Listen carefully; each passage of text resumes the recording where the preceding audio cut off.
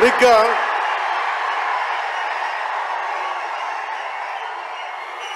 ఒక 2 సంవత్సరాల క్రితం భీమ్లా నాయక్ రిలీజ్ అయినప్పుడు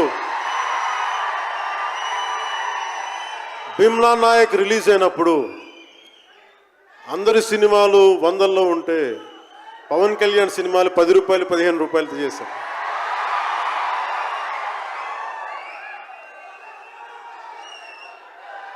నేను ఒకటే చెప్పాను ఆ రోజున, మనల్ని ఎవడు రాపేది.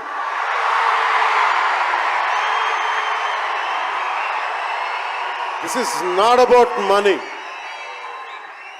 This is not about finance. This is not about records. This is about damn guts. This is about damn courage. This is about damn tenacity. We are here. We will stand by. We will serve justice.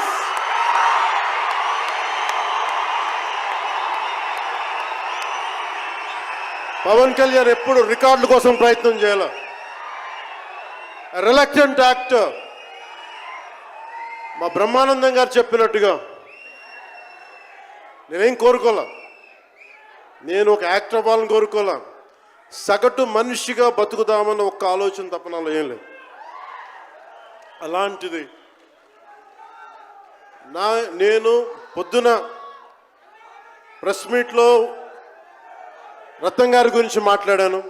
ఇప్పుడు మీకోసమే మాట్లాడతాను, నా అభిమానుల కోసం. ఈరోజు నేను ఇక్కడ నిల్చున్నాను, పడి లేచాను, పడుతూనే ఉన్నాను, లేస్తూనే ఉన్నాను. దానికి కారణం ఒకరే, మీరే.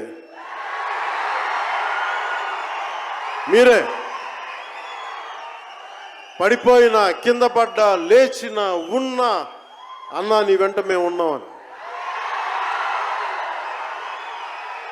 నా దగ్గర ఏమన్నా ఆయుధాలు ఉంటాయా? నా దగ్గర ఏమన్నా గుండాలు ఉంటారా? నా దగ్గర ఎవరు లేరు, గుండెల్లో ఉండే మీరు తప్ప.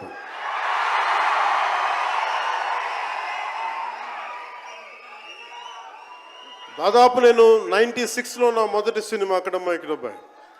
ఇది 2025 అంటే ఆల్మోస్ట్ 29 to 30 years.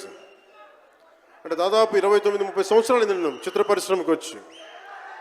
ఎలా ఉంది అంటే నాకే తెలియదు, అలా కాలం ఇట్లా అయిపోయింది. కానీ కొంత వయసు పెరిగిందేమో, కానీ గుండెల్లో చావు ఇంకా చావాలకే బతికాం. ఇక్కడే సభలో గబ్బర్ సింగ్ సినిమాకి మహబూబ్ నగర్ నుంచి వచ్చిన ఒక యువకుడి గురించి చెప్పాను, మన అభిమానులు ఒకటి గురించి చెప్పాను. అన్న నువ్వేమి ఇవ్వదు, ఒక హిట్ ఇవ్వన్నా చాలని.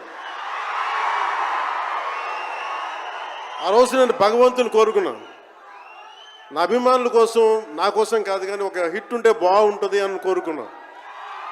అది హరీష్ శంకర్ గబ్బర్ సింగ్ వల్ల తిరిగి వచ్చింది.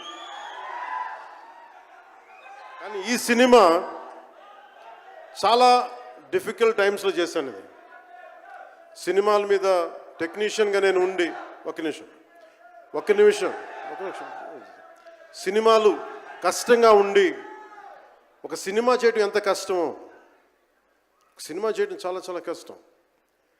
నేను మీతో పంచుకోదలుచుకున్నాను ఈ రోజున. మీకు సంబంధించి నేను మొదటి సినిమా నుంచి ఇప్పుడు దాకా జానీ సినిమా నేను చేసినప్పుడు అది ఫెయిల్ అయితే, ఆ సినిమా ఫ్లాప్ అయితే ఎలా ఉంది అంటే ఆ రోజు నా పరిస్థితి, వరుసగా హిట్లు కొట్టి కూడా ఒక్క సినిమా ఫ్లాప్ అయితే అందరూ మీరు వదలలేదు. నేను మీ గురించి ఎప్పుడు మాట్లాడు